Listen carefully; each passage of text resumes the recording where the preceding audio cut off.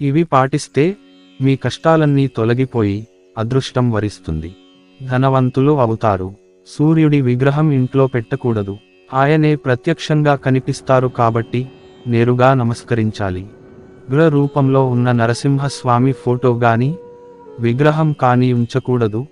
లక్ష్మీ నరసింహ, యోగ నరసింహ లేదా ప్రహ్లాద అనుగ్రహ నరసింహస్వామి ఫోటో పెట్టుకొని పూజ చేయవచ్చు. పూజ గది విడిగా లేనివారు పంచముఖ హనుమంతుడిని పెట్టకూడదు. హనుమంతుడి ఫోటో కానీ విగ్రహం గాని ఏది పూజ గది విడిగా లేని వారు ఉంచకూడదు. చేతిలో ఫ్లూట్ ఉన్న కృష్ణుని విగ్రహం ఇంట్లో ఉండకూడదు. కృష్ణుడి విగ్రహం ఆవుతో ఉన్న ఫోటో గాని చిన్న పరిమాణంలో విగ్రహం కానీ ఉండవచ్చు. కాళిక, ప్రత్యంగిరా దేవి ఫోటోలు పెట్టకూడదు. లక్ష్మీదేవి విగ్రహం ముందు కానీ ఫోటో ముందు కానీ ఒక చిన్న గిన్నెలో, వెండి గిన్నె అయితే మంచిది, బియ్యం, అందులో కొన్ని గవ్వలు వేసి ఉంచాలి.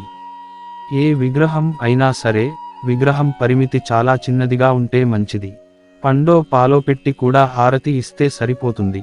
విగ్రహాల పరిమితి పెద్దదిగా ఉంటే రోజు మహా నివేదన, వారంలో ఒక్కసారి అయినా అభిషేకం ఉండాలి. పూజ లేకుండా ఉండకూడదు. ఇంట్లో నటరాజస్వామి విగ్రహం పెట్టుకోకూడదు. నాట్యం నేర్పే ప్రదేశంలో నిత్యం నాట్య నివేదన జరుగుతుంది కాబట్టి అక్కడ ఉండవచ్చు. నిత్యం పూజల్లో ఉన్న విగ్రహాలు పూజ గది నుండి తీసి వేయాల్సి వస్తే గుడిలో పెట్టండి. ఇంటి గుమ్మానికి దిష్టి కోసం రాక్షసుల ఫోటోలు పెట్టకూడదు. ఇంటి యజమానికి తరచూ అనారోగ్యం పాలు అవుతుంటారు. వినాయకుడి ఫోటో కానీ దిష్టి యంత్రం గాని కాళీ పాదం ఫోటో కానీ పెట్టడం మంచిది. ఇంటిలో పూజించే వినాయకుడి విగ్రహములో తొండం ఎడమ వైపు ఉండాలి. విద్యాలయాలు, ఎడ్యుకేషన్ ఇన్స్టిట్యూట్లో ఉండే విగ్రహంకి తొండం కుడి వైపు ఉండాలి. వ్యాపారం చేసే ప్రాంతంలో నిల్చున్న వినాయకుడు ఉండాలి. ఇంట్లో ఎక్కడా లక్ష్మీదేవి నిల్చుని ఉన్నట్టుగా ఉండకూడదు. లక్ష్మీదేవి పచ్చరంగు చీరతో అటు ఇటు ఏనుగులు ఉన్న ఫోటోకి గృహస్థులు పూజించడం చాలా మంచిది. అప్పుల బాధలు తీరాలి అంటే కొబ్బరి నూనెతో దీపారాధన చేయాలి. ఇంట్లో గొడవలు తగ్గాలి అంటే ఆముదంతో దీపారాధన చేయాలి. నిత్యం లక్ష్మీ కటాక్షం కోసం అవినేతి దీపం పెట్టాలి. శత్రు పీడల, గండాలు, ఆస్తి వివాదాలు, ఇంట్లో వారి అనారోగ్యం తొలగుటకు తెలుపు నువ్వుల నూనెతో నిత్యా దీపారాధన చేయాలి.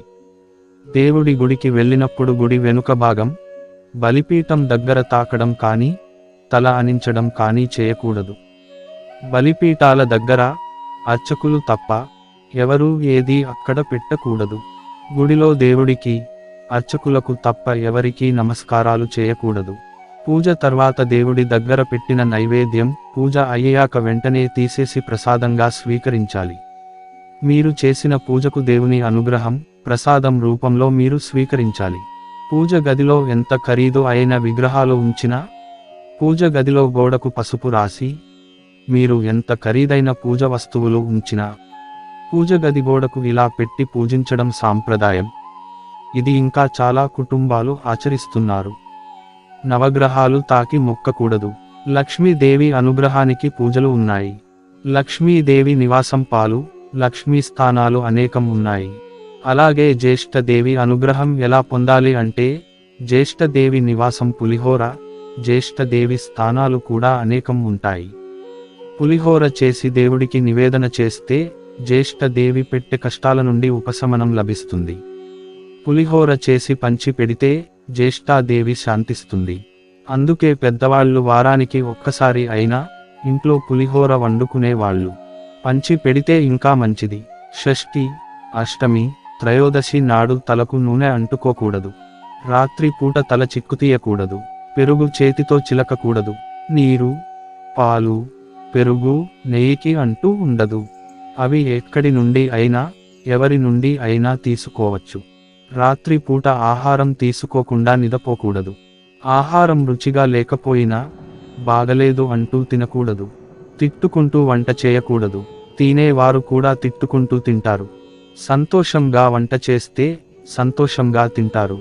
ఎప్పుడూ నిద్రపోతూ ఉండేవాడు, అసలు నిద్రపోకుండా ఉండేవాళ్ళు ఎప్పుడూ తింటూనే ఉండేవారు.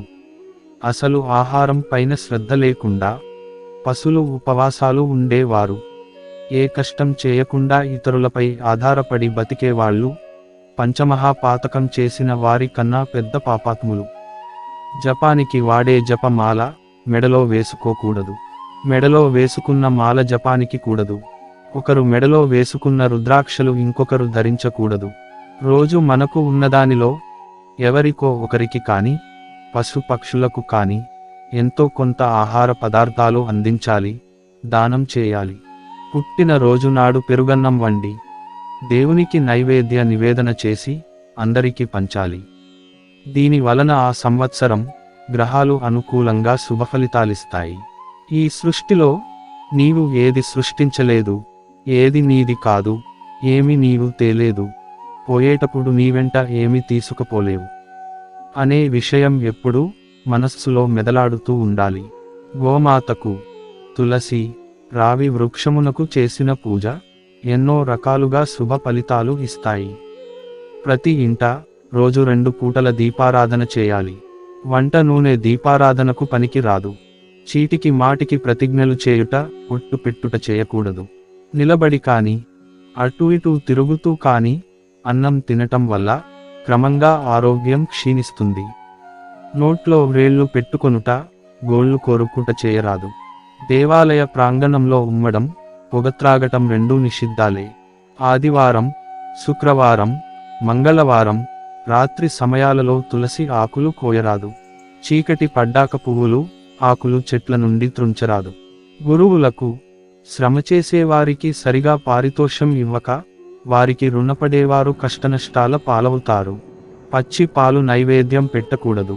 కాచి చల్లారిన పాలు అభిషేకంకి వాడకూడదు. ధ్యానం చేసుకునే ఆసనం అడ్డంగా వేసుకుని కూర్చోకూడదు, నిలువుగా ఉండాలి. జపమాల చూపుడు వెలుపైన తిప్పకూడదు, మధ్య వేలుతోనే చేయాలి. దేవుడి దగ్గరకు, పెద్దవాళ్ల దగ్గరకు, పిల్లలు ఉన్న ఇంటికి ఒట్టి చేతితో వెళ్ళకూడదు. ఇంట్లో అతిథి ఉన్నప్పుడు వారికి పెట్టకుండా ముందు మీరు తినకూడదు. మొదటిసారి ఎవరైనా ఇంటికి భోజనంకి వచ్చినప్పుడు వారు ఒక్కసారి వడ్డించిన ఆహారంతో లేవకూడదు. రెండవసారి కాస్త అయినా పెట్టుకోవాలి. అలా ఒక్కసారి లేస్తే ఆతిథ్యం ఇచ్చిన ఫలితం దక్కదు. ఇంట్లో పిల్లలు, ఇంట్లో వారు తరచూ తిరిగే చోట ఇంటి దైవాన్ని ఫోటో పెట్టాలి. అప్పుడు వస్తూ పోతూ చూసినప్పుడు ప్రతిసారి ఆ నామం మనసులో తలచుకోవడం అలవాటు అవుతుంది. ఇంట్లో తరచుగా సాంబ్రాణి వేస్తూ ఉండాలి. నెగటివ్ ఎనర్జీ దూరంగా ఉంటుంది. ఇంట్లో గాలి శుభ్రం అవుతుంది. అద్దె ఇల్లు వాస్తు మీ జాతకానికి సరిపడకపోవచ్చు. అలాంటి వాస్తు దోషాలు పరిహారంగా 7 రంగులు కలిసిన వాల్మార్ట్ గోడకు డెకరేషన్గా పెట్టాలి. శనివారం తలంటూ స్నానం చేయకుండా ఉంటే దురదృష్టం కలుగుతుంది. నిద్రలేచిన తరువాత స్నానము చేయకుండా ఆహారమును స్వీకరిస్తే దారిద్ర్యం కలుగుతుంది. ఇంటి ఆవరణలో ఇనుప వస్తువులను, అశుభ్రమైన వస్తువులను ఉంచితే ఆర్థిక సమస్యలు తలెత్తుతాయి. తలస్నానం చేసిన వెంటనే మంచంపై నిద్రించడం వలన శని గ్రహ దోషాలు సంభవిస్తాయి. ఇంటి గోడపై, సింహద్వారంపై తడి బట్టలను వేస్తే అనారోగ్య సమస్యలు సంభవిస్తాయి. మలమూత్ర విసర్జనలు చేసిన తరువాత కాళ్ళు కడుక్కోకుండా మంచంపై నిద్రిస్తే శని పీడలు కలుగుతాయి.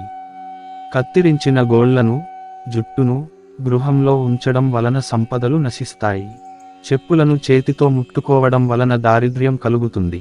కాళ్ళు చేతులు శుభ్రపరచకుండా గృహంలో ప్రవేశిస్తే ఇతరుల దిష్టి గృహంలో చేరి కష్టాలు కలుగుతాయి.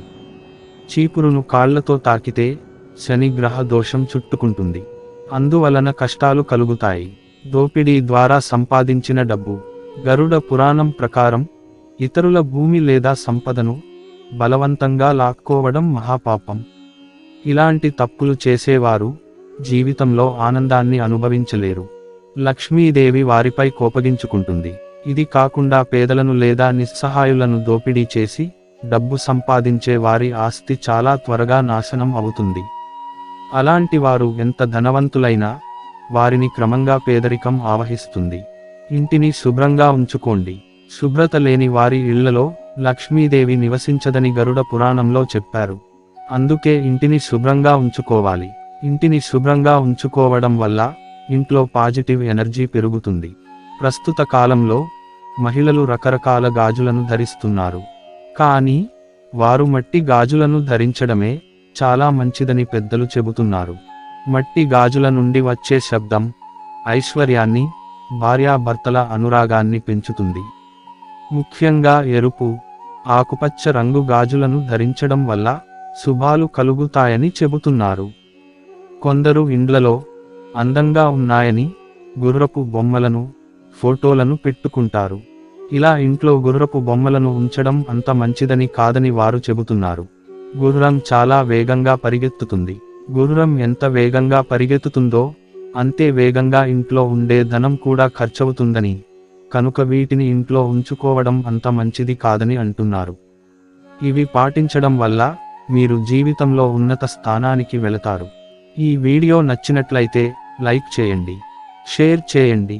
వీడియో నచ్చినట్లయితే మా ఛానల్ని సబ్స్క్రైబ్ చేసుకోండి. ధన్యవాదాలు.